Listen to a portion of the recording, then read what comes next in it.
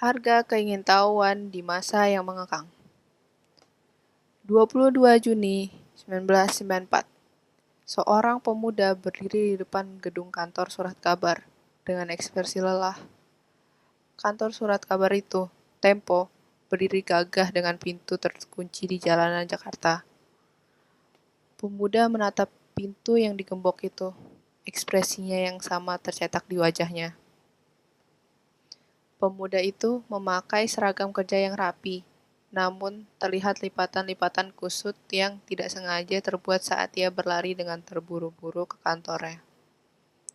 Celana yang sesuai standar kantor, memiliki warna hitam legam, namun bagian bawahnya ternodai oleh bercak-bercak tanah becek yang dibersihkan dengan tangannya secara terburu-buru.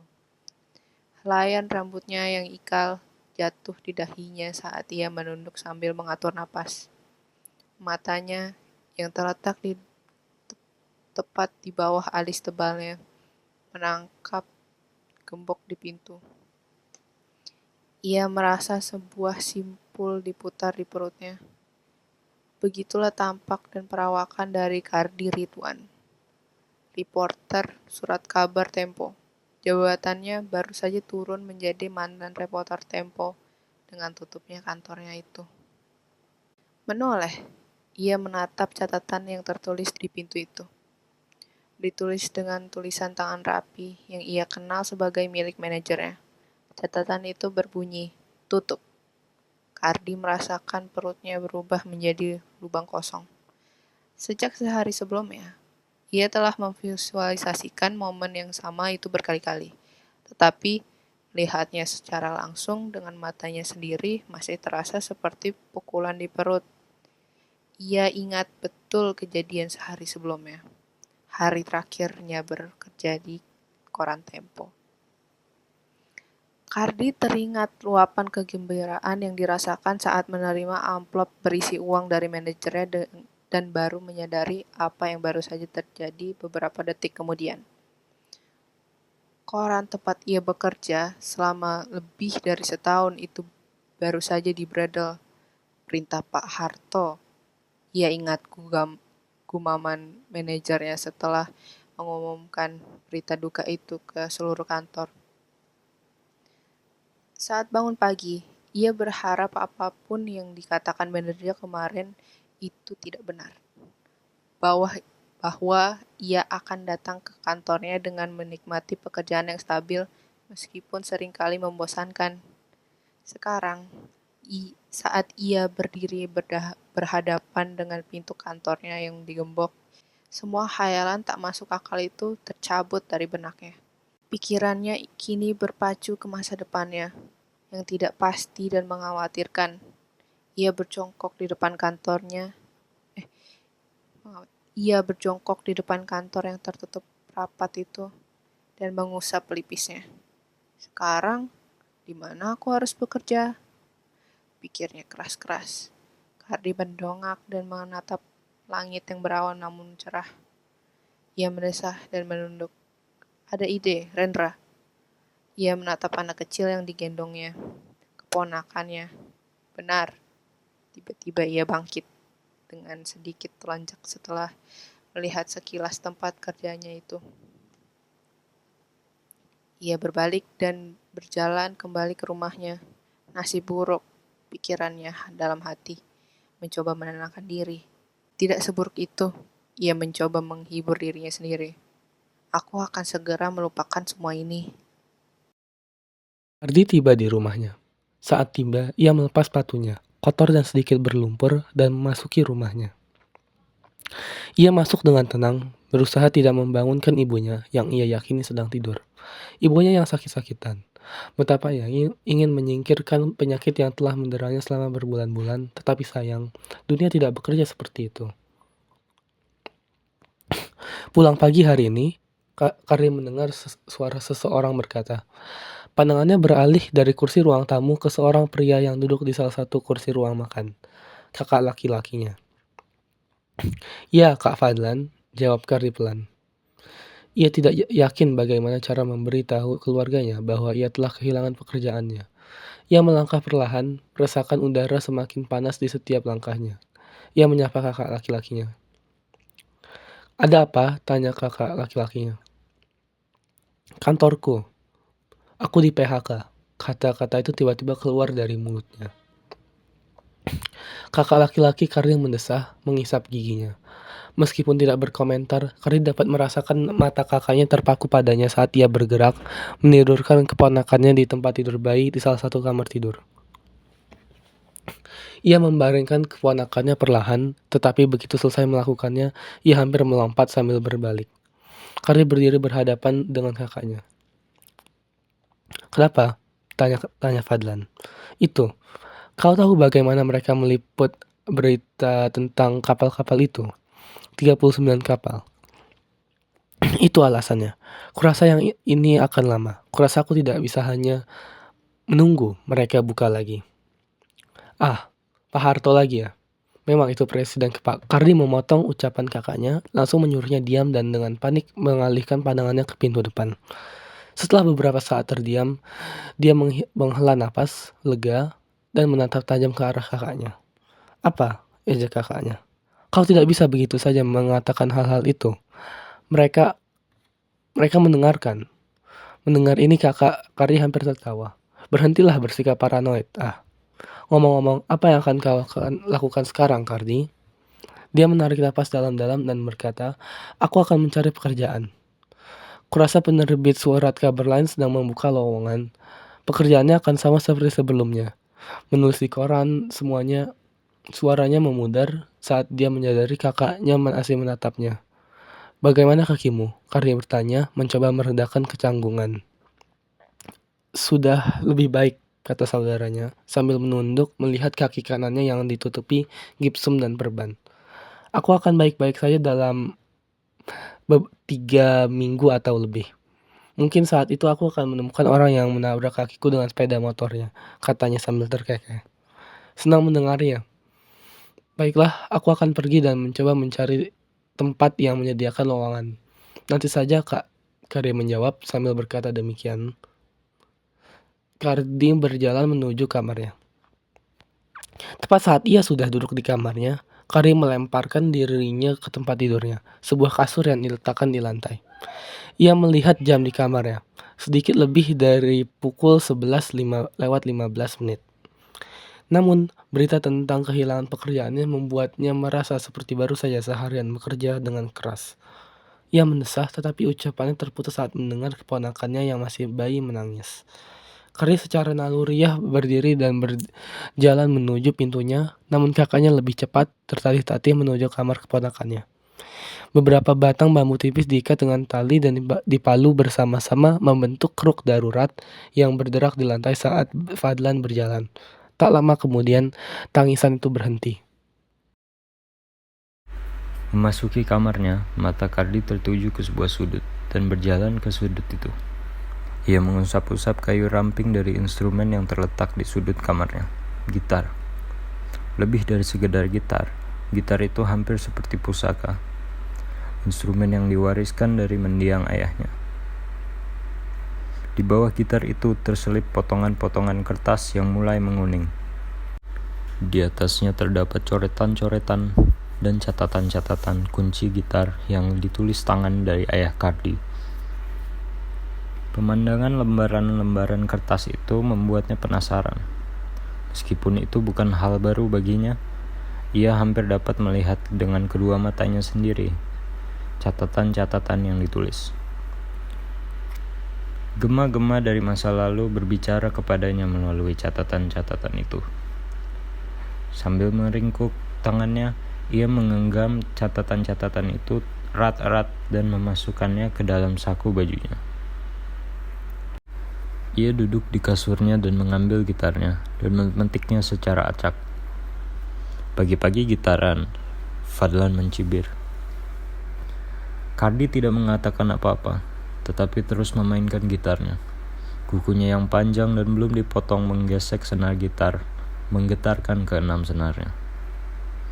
"Bagus juga," kata sang kakak dengan suara keras dari ruang tamu. Komentar itu menyalakan lampu di benak Kardi. Ia terus bermain, menyetem gitar sesuai seleranya. Tidak perlu banyak modifikasi, karena pengaturan sebelumnya sudah terasa hampir sempurna untuknya, kecuali untuk 1 atau 2 senar. Mengambil gitar, ia berjalan keluar ruangan. Sambil memegang gitar, ia menoleh ke arah sang kakak. "Aku keluar dulu ya, Kak." Saudaranya menoleh ke arah Kardi. Melihat gitar di tangannya, ia mendengus. "Mau ngamen kamu?" Ia tertawa sinis. "Semoga berhasil. Jangan rusak gitarnya." Ia tersenyum. Kali ini tulus. "Ini hanya sementara, sampai aku bisa menemukan pekerjaan yang lebih baik." Ia meyakinkan sang kakak sebelum berjalan keluar. Melirik sang kakak untuk terakhir kalinya, ia teringat sesuatu. "Oh, dan bagaimana dengan Kak Melani dan Kak Danar?" Mendengar pertanyaan Kardi hampir bersumpah bahwa ia melihat wajah Fadlan menjadi gelap sesaat sebelum menjawab pertanyaannya. "Oh, mereka bersama ibu kita, tentu saja. Membawanya ke rumah sakit. Betapa baiknya mereka." Ia menambahkan bagian terakhir dengan nada sinis. "Oh, benar. Selamat tinggal, Kak." "Selamat tinggal. Jangan pulang larut malam." "Tentu." Kardi melambaikan tangan sambil berjalan keluar pintu, menutupnya saat ia pergi. Kakinya dengan cepat menyentuh sol sepatunya, yang ia kenakan dengan sembarangan. Ia memanggul gitar di bahunya dan menginjak tanah kering di luar rumahnya, lalu pergi. Tidak butuh waktu lama baginya untuk menyadari bahwa ia tidak tahu harus berbuat apa. Ia berhenti berjalan dan melihat sekeliling. Beberapa menit lagi waktu makan siang, pikirnya sambil melihat arlojinya. Menatap jarum jam dan menit melalui kaca yang sedikit retak. Dengan wawasan baru ini di dalam benaknya, ia berlari ke gedung perkantoran di dekatnya. Setelah hampir setengah jam berjalan, Kardi akhirnya tiba. Dengan terik matahari yang menyengat punggungnya, ia berjalan menuju kantin kantor yang terbuka. Pakaiannya yang masih belum berubah memperlihatkan logo perusahaan surat kabar tempat ia bekerja sebelum sensor mendadak itu. Tanpa kancing dan longgar, pakaiannya sangat kontras dengan kemeja seragam putih bersih yang dikenakan para pekerja di kantin. Seragam putih itu hampir mengkilap. Logo kecil perusahaan tempat mereka bekerja, perusahaan telekomunikasi, berdiri gagah di dada seragam itu. Tanpa berkata apa-apa, ia memulai memainkan gitarnya. Gitar itu mulai berbunyi pelan dan bahkan sedikit berantakan. Tetapi butuh waktu kurang dari 5 detik baginya untuk berhasil memainkan sebuah lagu. Lagu yang bagus juga. Ia berjalan mengitari meja dan terus bermain, seperti yang diharapkan. Ia disambut dengan gumaman dan pandangan mata yang tidak senang seperti biasanya. Sesuatu yang ia ingat pernah ia berikan kepada para pengamen sebelum ia menjadi pengamen. Ketika bertemu dengan seorang pelanggan yang saat tidak menyenangkan ia ingin sekali membentaknya, tetapi mengurungkan niatnya. "Aku juga pernah melakukan itu, bukan?" pikirnya dalam hati, sambil mendesah keras. Meskipun tidak terlalu ramah, tidak banyak orang yang suka diganggu pengamen, Kardi berhasil bertemu dengan beberapa wajah ramah, cukup baik hati untuk memberikannya beberapa koin yang tidak ia lihat dengan jelas sebelum memasukkannya ke dalam saku. Setelah hampir 10 menit, ia keluar dari kantin. Sambil berjalan menjauh, ia menduduk dan berjongkok di bawah pohon besar. Panas matahari tersapu dari kulitnya digantikan oleh abu-abu gelap. Ia mengambil beberapa koin yang dia simpan di sakunya dan menghitungnya. 100 rupiah, pikirnya. Tentu aku bisa mendapatkan lebih banyak dari hari ini, bukan? Ia bangkit dan melihat sekeliling, lalu mulai berjalan. Masih banyak waktu hari ini. Dengan lelah, ia mulai berjalan. Kakinya bergesek dengan sol sepatunya. Saat ia mempercepat langkahnya, ia memutuskan untuk pergi ke tempat umum sebanyak mungkin untuk hari itu. Pemandangan beralih ke gedung perkantoran, menemukan kemauannya sekali lagi. Saat matahari terbenam di ufuk barat, Cardi berjalan kembali ke rumahnya. Ia mengetuk, dan setelah salam, ia masuk. Pintu kayu berdiri saat ia membuka dan menutupnya. Kakinya, yang terasa seperti akan jatuh dari rongganya, menuntutnya saat ia melangkah masuk. Dengan langkah yang lambat dan hati-hati, ia melihat saudara perempuannya dan suaminya duduk di meja makan, dan yang duduk di seberang mereka, Fadlan, kakak laki-lakinya. Ketiganya tampak cemberut, saling berhadapan. Lagi, ia bergumam dalam hati. Kau tidak bisa memaksa kami semua untuk pindah sekarang. Cardi mendengar kakak laki-lakinya tersentak dengan nada berapi-api di dalam suaranya. Ya, itu juga bukan yang kita inginkan, bukan? Kita harus melakukannya. Balas Meilani dengan nada putus asa dalam suaranya. Dia benar, Fadlan. Kita harus pergi. Kita tunggu kakimu sembuh dulu, baru pergi. Tapi bagaimana dengan ibu? Dia tidak bisa naik kapal, kau tahu itu. Fadlan menoleh untuk menatap kakak perempuannya sejenak. Dan bagaimana dengan pekerjaanku dan Cardi? Dana membuka mulutnya, tetapi Meilani berbicara lebih dulu. Pekerjaan apa, Fadlan? Apa maksudmu pekerjaan apa? Kita sama-sama tahu aku mengelola toko kecil milik keluarga kita. Itu pekerjaanku. Meilani membalas, kata-katanya semakin memperkeruh suasana di meja makan. Untuk apa? 10.000 rupiah sebulan? Lupakan saja, mengelola toko bukanlah keahlianmu. Dan Cardi juga, dia tidak bekerja lagi, bukan? Maksudku, kita semua memiliki peluang yang lebih baik jika kita bertransmigrasi. Tersinggung, Fadlan membuka mulutnya dan mengangkat tangannya, lalu menutupnya. Dalam kekalahannya, dia berdiri. Kursinya berderit kesakitan saat dia menyeretnya dengan kasar sebelum bergegas pergi ke dapur dengan tenang. Dalam hati, ia bergumam tentang pekerjaan Meilani dan Nanar.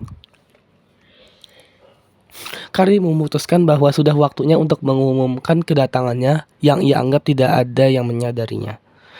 Wajahnya muncul dari balik lemari yang lebar yang berdiri di antara dirinya dan meja makan. Hai, Kak, Mas. Cardi berusaha membuat suara seringan mungkin, seolah mengabaikan pertengkaran yang terjadi beberapa saat yang lalu. Kakinya yang telanjang melangkah di atas lantai keramik yang bersih saat ia berjalan menuju meja makan, sambil dengan hati-hati menyimpan gitarnya saat ia berjalan. Ketegangan di ruangan itu semakin mereda setiap detiknya, memberinya kesempatan untuk bersalaman dengan kakak perempuannya dan kakak iparnya.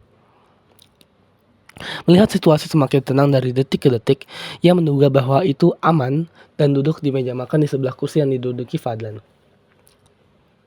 Itu mengingatkanku, bagaimana kabar ibu? Ia mengumpulkan keberanian untuk bertanya, takut bahwa pembicaraan akan mengarah pada kebutuhan mereka yang tampaknya jelas untuk segera pindah. Meilani memanfaatkan kesempatan ini untuk berbicara dengan Cardi. Dia sebenarnya cukup baik, dia mengalami serangan lagi, tetapi dia seharusnya baik-baik saja. Walau begitu, dia akan menginap di rumah sakit. Sebelum kau bertanya, Danar dan aku akan menemaninya malam ini. Kami akan berangkat beberapa menit lagi sebenarnya. Oh, baiklah, terima kasih. Oh, dan satu hal lagi, Cardi memulai mengalihkan pandangannya sepenuhnya ke Meilani. Aku mendengar apa yang kau katakan sebelumnya, Kak, tentang kita akan bertransmigrasi. Jadi, benarkah itu atau... Meilani dan Danar tertawa kecil karena bingung. Namun, di belakang mereka, Cardi dapat melihat wajah saudaranya muncul dari dapur, menatapnya dengan dingin sambil menggelengkan kepalanya. Meilani tergagap sebentar, tetapi mulai berbicara. Baiklah, Cardi. Menurutmu itu bukan ide yang bagus? Apalagi kau kehilangan pekerjaan dan segalanya. Bayangkan ketenangannya. Aku yakin kita bisa berhasil, bukan? Ibu pasti akan menikmatinya. Aku yakin. Tidak, jangan. Fadlan sudah keluar sepenuhnya dari dapur. Wajah dan rambutnya basah, dan Cardi hampir bisa mendengar giginya saling bergesekan dengan keras. Akhirnya kamu datang. Melanie menatap tajam ke mata Fadlan. Suaranya berat dengan sinisme. Fadlan tidak repot-repot menjawab komentar sarkastisnya, dan malah duduk di sebelah Cardi. Seperti yang kukatakan, kita akan bertransmigrasi. Tidak ada jalan lain. Ia meraih tangan suaminya dan menariknya. Telah diminta oleh atasan kita, para bos kita, untuk bertransmigrasi. Pikirkan peluangnya. Kita akan menjadi kepala departemen begitu kita bertransmigrasi. Pikirkanlah sebentar. Tolong. Ya, bosmu memang orang yang korup. Bagaimana kau bisa hidup dengan itu, Menjilati pantatnya, mengikuti kata-kata si tukang daging itu seperti dia adalah Tuhan. Saat Fadlan membalas dengan serangannya pada Melanie dan atasan Danar, Cardi memegang bahunya, mendesaknya untuk tenang. Tidak bisakah kita, Danar memulai, sebelum dipotong. Aku tidak peduli jika dia melakukan korupsi. Aku tidak peduli jika dia mencuri uang seseorang secara diam-diam atau di siang bolong. Dia bisa saja seorang pembunuh, tidak peduli apapun, tapi bekerja di bawahnya menghasilkan banyak uang, bukan? Apa itu? Sesuatu tentang melakukan apapun untuk kesehatan ibu. Apakah kita lupa tentang itu? Di belakang mereka, suara tangisan bayi terdengar, diikuti oleh Danar yang sangat cepat memasuki kamar mereka untuk menenangkan mereka. Di belakang mereka, suara tangisan bayi terdengar, diikuti oleh Danar yang dengan cepat memasuki kamar mereka untuk menenangkan mereka. Sesaat berlalu dan tangisan itu berhenti. Cakapan berlangsung seolah-olah tidak terjadi apa-apa. Kalau kamu suka sekali dengan pemerintah itu, kenapa tidak sekalian aja kamu tidak beranak? Program KB dan semua omong kosong itu. Bisik Fadlan dengan suara yang sangat pelan, bahkan Cardi hampir tidak bisa mendengarnya. Lihat kakaknya, Fadlan melanjutkan argumennya. Kau bekerja untuk seorang penjahat. Apakah itu tidak berarti apa-apa bagimu? Semuanya kacau. Transmigrasi, kau pikir itu akan menyelesaikan masalah kita? Begitulah cara mereka. Dia membuat kita mendukung rencana gila apapun yang dia miliki untuk negara terkutuk ini. Transmigrasi hanya akan memperburuk kondisi kita. Apakah mereka punya listrik di sana? Beruntungnya kita tinggal di Jakarta. Listrik ada di mana-mana. Tidak seperti pulau tempat kita bertransmigrasi. Lihat betapa tidak adilnya itu. Begitulah cara memotong Fadlan. Melanie mengeluarkan suara serak dan hampir membanting tangannya di atas meja, berbicara di antara nafas yang terengah-engah. Dia berkata, terserah kau saja. Keluarga kami bertransmigrasi. Terserahmu apakah kau menganggap dirimu bagian dari kami atau tidak. Dengan itu pembicaraan selesai, tidak memberi ruang bagi Cardi untuk menyela dengan pendapatnya sendiri. Begitulah keadaan rumah tangganya selama beberapa bulan terakhir setelah penyakit malang ibu mereka mulai menyerang. Dengan kakak perempuan tertuanya mengambil alih kendali keluarganya, pertikaian kecil dan bahkan besar pasti akan selalu terjadi. Melihat situasi itu, Cardi diam-diam memohon untuk diberi kesempatan berbicara, meskipun pada kenyataannya mulutnya tertutup rapat. Sebenarnya, dia sangat setuju dengan saudaranya, Fadlan. Transmigrasi akan menjadi masalah besar dengan banyaknya perubahan yang harus dialami. Keesokan harinya, Cardi kembali memulai bernyanyi dan bermain gitar untuk mendapatkan apa yang dia harapkan, lebih dari sekedar uang receh dan senyum dipaksakan. Sebelum berangkat untuk pekerjaan barunya, Melanie menghentikan untuk berbicara sebentar.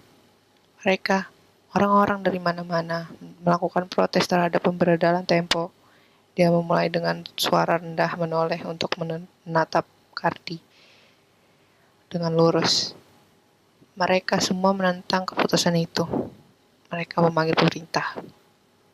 Ya, jawab Cardi, mengira ia melihat ke mana arah pembicaraan adiknya. Apakah kau ikut protes? Tanyanya langsung. Apa yang membuatmu berpikir aku akan melakukan Aku akan melakukan itu. Ia mendesah dan menatap Fadlan, yang duduk membaca koran, mengistirahatkan kakinya yang terluka. Ia tampak cukup jauh untuk berada di luar jangkauan pendengaran mereka. Karena kami, mengira itu adalah sesuatu yang akan kau lakukan. Aku tidak akan gegabah. Lagi pula, aku sedang bekerja sekarang. Semoga kau benar, Melanie mengumumkan dengan tegas. Jika aku menyalakan televisi, jika aku melihat atau mendengarmu berada di dekat protes itu, bersiaplah untuk melupakan nama belakangmu. Ia memperingatkan dengan serius.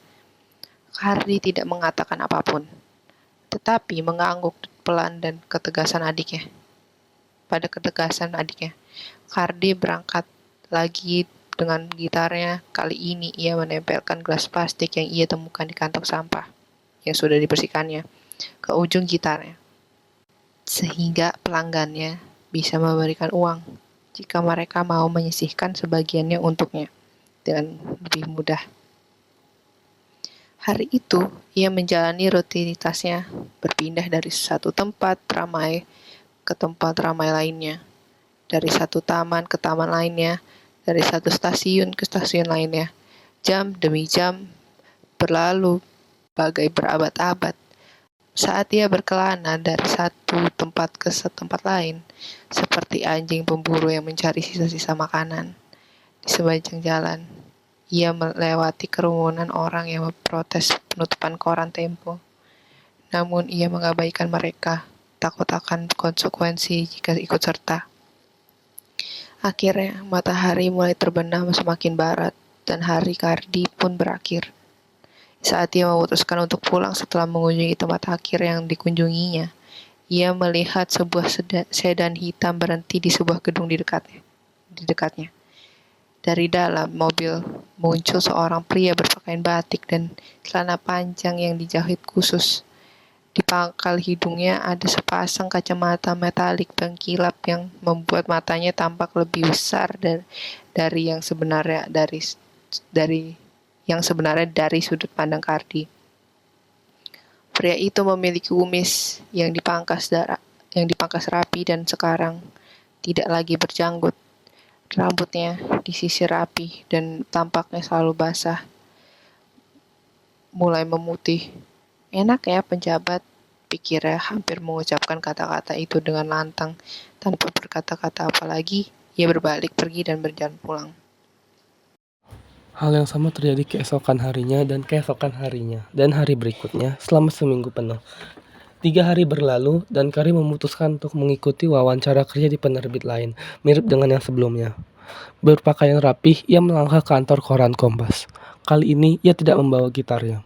Satu-satunya yang ada di pikirannya adalah wawancara kerja yang telah ia lihat sehari sebelumnya dan buru-buru persiapkan beberapa jam yang lalu. Wawancara itu mengecewakan. Meskipun ia sangat hebat sebagai reporter Tempo, tempat ia diwawancarai tampak sangat berbeda dari keahliannya. Wawancara diakhiri dengan kami akan mempertimbangkan dan terus memberi kabar dari pewawancara sebelum serangkaian jabat tangan dan ucapan terima kasih. Hari itu Kari berjalan pulang membawa map berisi CV, resume, dan berbagai dokumen lain di tangannya dan perutnya terasa mual. Kari tahu bahwa ia harus lebih giat lagi dalam pekerjaannya sebagai pengamen. Tidak peduli betapa tidak idealnya situasi itu. Jadi pada hari ke-7, Kari memberanikan diri membawa radio yang bertempuh di rumahnya ke tempat kerjanya. Radio itu pasti sudah lama dijual jika saja tidak keras statusnya yang sama dengan gitar yang dimainkannya, pusaka keluarga. Sebuah barang turun-temurun. Ia mengetuk pintu kamar ibunya. "Permisi, Bu," katanya santai sambil berjalan masuk kamar. Ibunya yang sakit sedang beristirahat di tempat tidur. Meskipun perawatannya di rumah sakit telah selesai, ia masih sakit, seperti yang telah dialaminya selama beberapa bulan terakhir. "Ya, Di," tanya ibunya lembut. "Itu, Kardi izin ambil radionya dari Bapak dulu ya, Bu." Ibunya mengangguk sambil tersenyum. Dia melihat Kari meraih radio dengan satu tangan dan menariknya keluar ruangan, lalu menutup pintunya saat keluar. Magnet di speakernya agak rusak, kata Fadlan sambil memeriksa radio. Beri aku waktu 1 atau 2 jam dan aku akan memperbaikinya. Fadlan ternyata menepati janjinya. Dalam waktu 1,5 jam, dia mengembalikan radio itu ke Kardi. Semoga berhasil, Kardi. Terima kasih, Kak. Gitar dan kamera kecil disampirkan di bahunya. Kamera itu adalah sisa dari pekerjaannya sebelumnya. Dia bertemu dengan orang-orang yang berbeda, kebanyakan. Selalu ada beberapa wajah yang dikenalnya, dan Kardi beruntung karena orang-orang yang dikenalnya adalah orang-orang yang cukup baik. Sepanjang jalan, dia mencoba mengambil foto. Namun di penghujung hari, Kardi selalu berpapasan dengan seorang pejabat pemerintah yang sama. Dia akan berjalan keluar atau berjalan masuk dari gedung di dekat area itu. Kadang sebuah kantor, kadang restoran mewah yang hanya bisa dibayangkan Kardi. Tak butuh waktu lama bagi Kardi untuk melihat wajah pejabat pemerintah itu dengan jelas dan mencocokkannya dengan foto-foto pejabat pemerintah yang dia dapatkan dari pekerjaannya. Kardi segera memastikan bahwa ia adalah pejabat pemerintah dari Kementerian Riset dan Teknologi, departemen yang secara tidak langsung menyebabkan ia kehilangan pekerjaannya. Pengetahuan baru ini memastikan bahwa ia merasa jijik setiap kali melihatnya. Semua ini karenamu, gerutunya sambil memperhatikan pejabat pemerintah itu dari jauh. Ketidaksukaannya semakin menjadi-jadi. Seminggu setelah terungkapnya berita tentang pejabat pemerintah itu, Kardi memutuskan untuk mengikutinya. Hari itu, setelah kembali melihat sosok pejabat pemerintah itu yang dikenalnya sebagai Wahyuno Setiaga, ia menunggu dengan tenang, berdiri di dekat pohon tinggi yang ditanam cukup jauh dari sedan hitam itu. Setelah menunggu cukup lama dan sabar, ia melihat pejabat pemerintah itu keluar dari gedung yang dimasukinya sekitar 1 jam yang lalu. Sebuah hotel mewah. Kardi dapat melihat bintang 5 yang dipajang dengan bangga di bagian depannya, beserta fasilitas mewah yang ditawarkan hotel itu kepada para tamunya. Tanpa pikir panjang, ia segera mengeluarkan kamera kecilnya dan mengambil foto pejabat pemerintah itu, memperbesar kameranya semaksimal mungkin. Sayangnya, waktunya untuk memfoto pendek, karena ia membuka pintu kursi penumpang dan masuk ke dalam sedan hitam itu dalam sekejap. Kardi mengerang, dan mulai berjalan secepat yang ia bisa tanpa berlari. Seperti yang diduga, ban lebih cepat daripada kaki, dan Kardi tertinggal di belakang. Ia berdiri sedikit membungkuk, tenggorokannya hampir terbakar, seolah-olah ia telah berlari cepat selama 5 menit penuh. Sambil menegakkan tubuh, ia meraih kameranya, melihat 2 foto pejabat pemerintah yang ia dapatkan. Suatu hari, pikirnya, aku akan mencari tahu lebih banyak tentangmu. Tunggu saja, bisiknya, sebelum dengan hati-hati meletakkan kembali kameranya ke tempatnya. Ia kemudian melangkah ke stasiun kereta yang biasanya ia gunakan untuk pulang, takut ketinggalan kereta. Sambil memegang gitar, ia mempersiapkan diri secara mental untuk perjalanan pulang dengan kereta malam. "Kak Fadlan!" seru Kardi saat ia tiba di rumah. Jam tua di ruang tamu baru saja berdentang 7 kali sebelum dia masuk. "Apa?" Fadlan menoleh mendengar adiknya memanggilnya.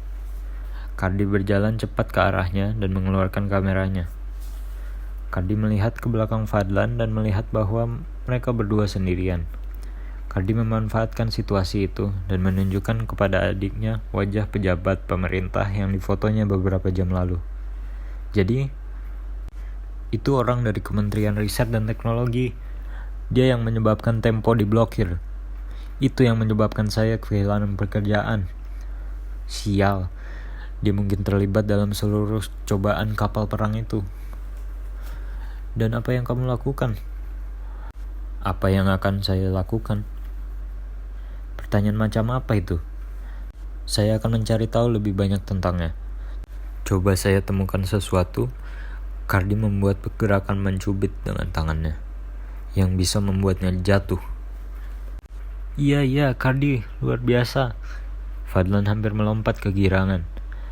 "Terima kasih, Kak. Aku akan kembali lagi dengan lebih banyak lagi," kata Kardi, senyum malu-malu mengembang di wajahnya. "Aku bangga, sungguh." Kerja bagus, Fadlan mengumumkan sambil meletakkan tangannya di bahu Kardi. Hari-hari berikutnya berlalu begitu saja. Pekerjaan Kardi semakin menjadi sekedar alasan yang biasa ia gunakan untuk membuntuti penjabat pemerintah itu. Permainan gitarnya kadang-kadang menjadi tidak selaras, dan ia semakin jarang mengunjungi tempat-tempat, yang berarti penghasilannya semakin dikit.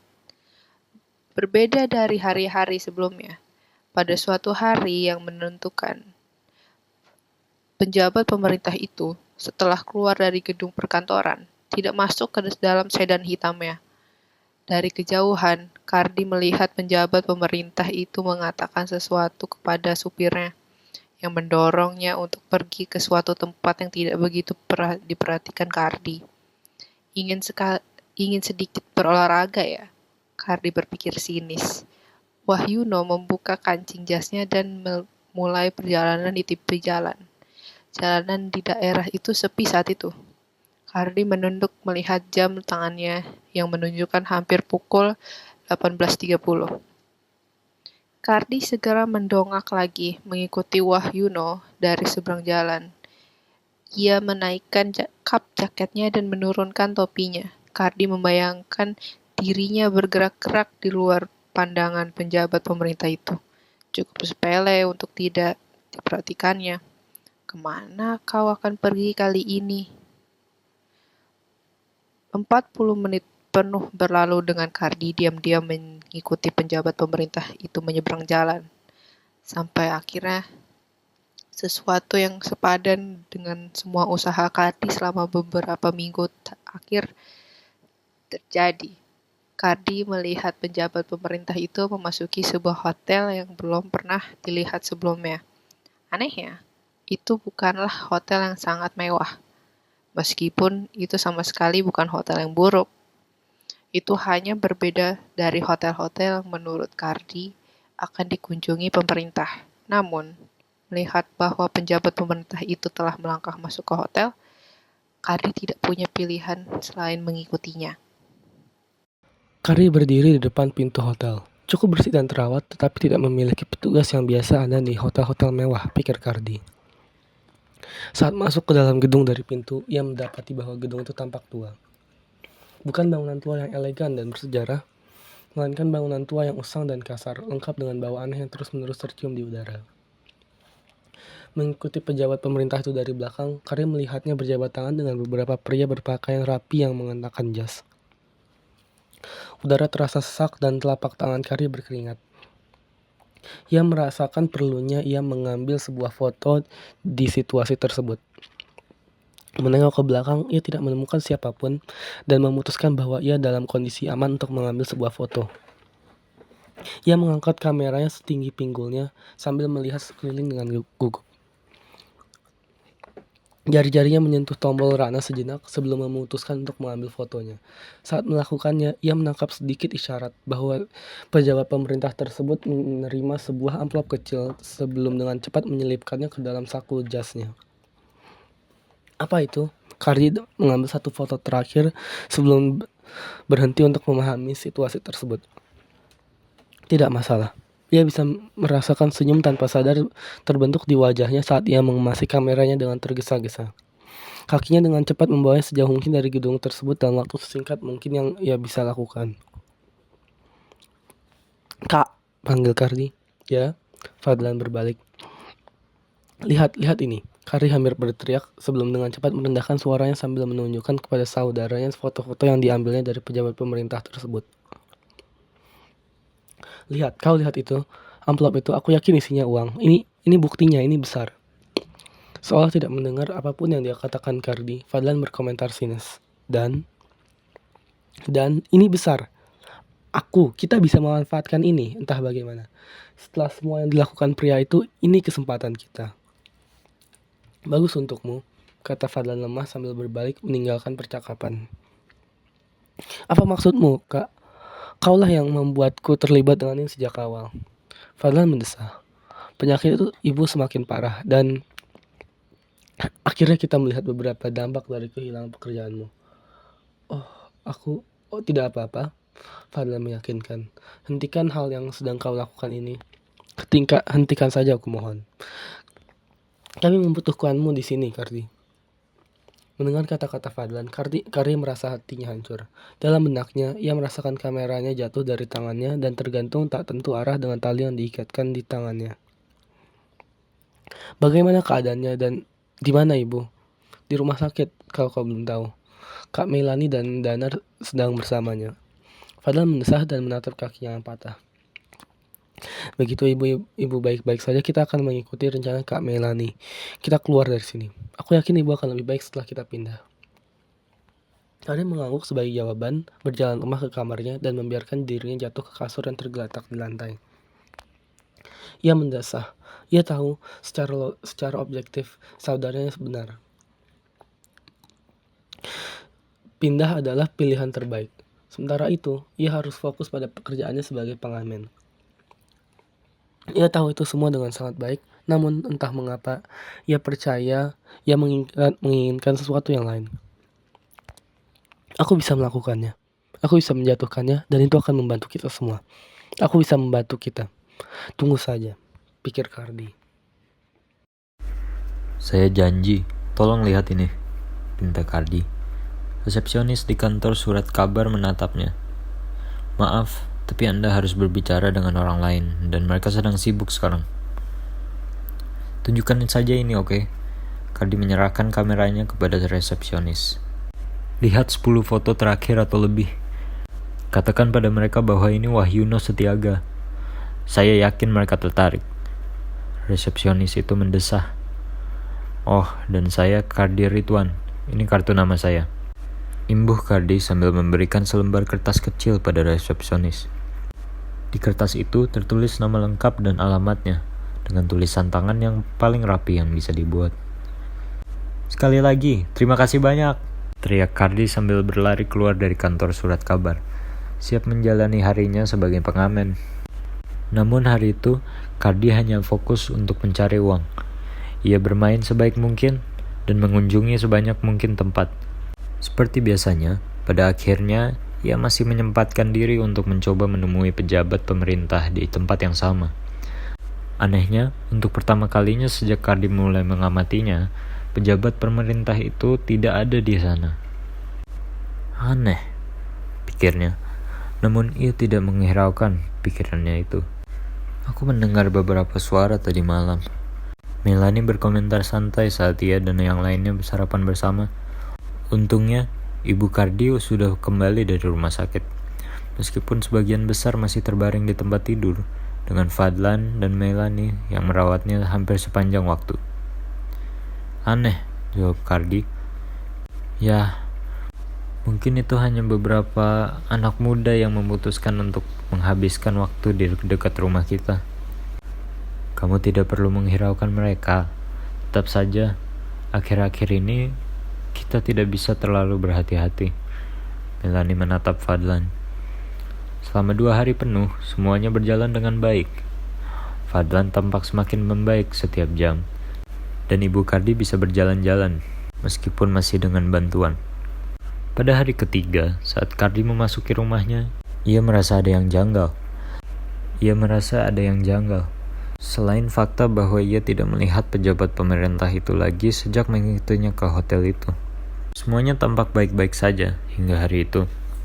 Kardi mendapati bahwa semua orang, kecuali ibunya dan engah keponakannya, berada di meja makan, sekali lagi terlibat dalam diskusi serius.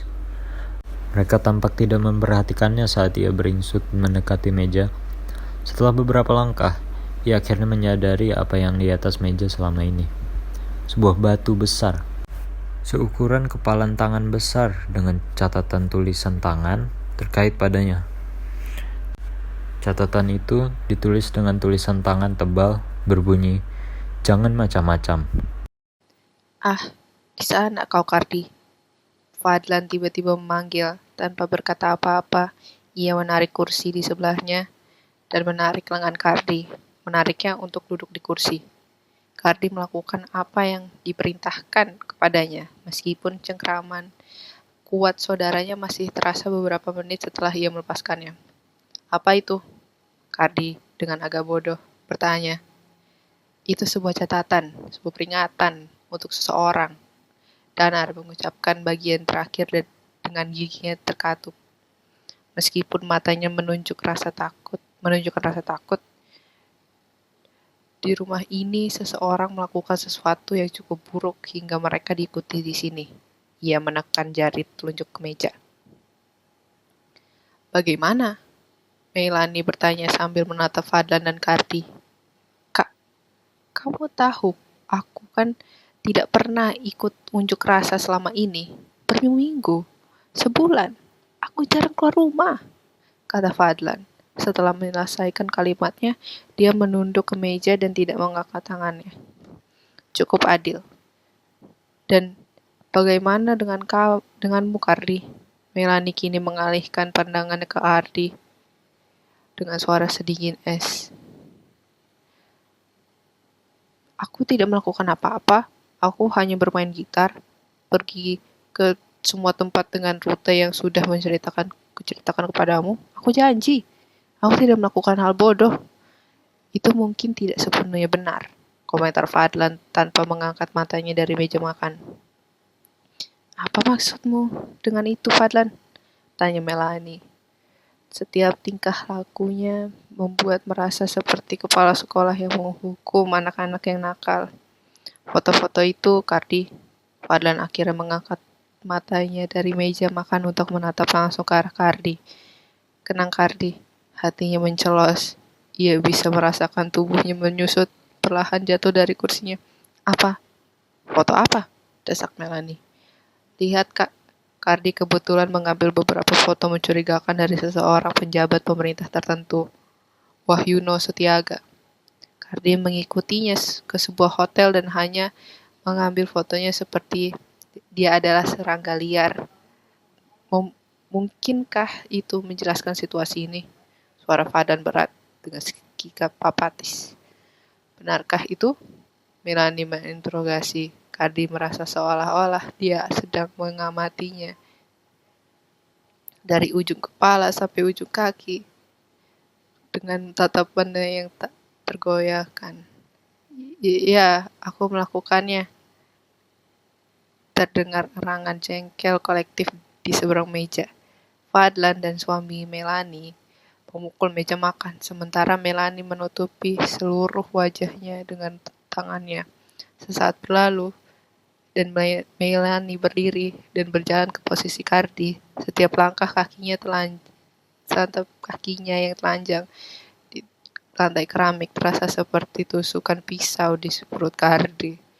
Ia menghampirinya dan meletakkan kedua tangannya di atas meja di atas kedua tangan Kardi. Melanie mulai berbicara hampir berbisik. "Apa kau tahu, Kak?" Fadlan mulai berbicara dengan suara pelan dan terkendali. "Apa yang telah kau lakukan pada keluarga ini? Apakah kau tahu? Apakah kau sudah memikirkan akibat melakukan hal bodoh seperti itu? Apa sudah para kroni pemerintah melempar rumah kita dengan batu? Apakah kau menyadari jendela depan yang pecah saat masuk ke sini? Atau apakah kau terlalu terputus untuk menyadari itu?" Danar memegangnya dari belakang, mencoba menenangkannya. Sambil terengah-engah, Melanie kembali ke tempat duduknya. "Kita lihat saja nanti bagaimana ya. Berdoalah agar tidak terjadi hal yang buruk. Melanie tampak seperti menahan muntah sambil berusaha menyusun kalimatnya. "Kami akan membayar mereka jika memang harus.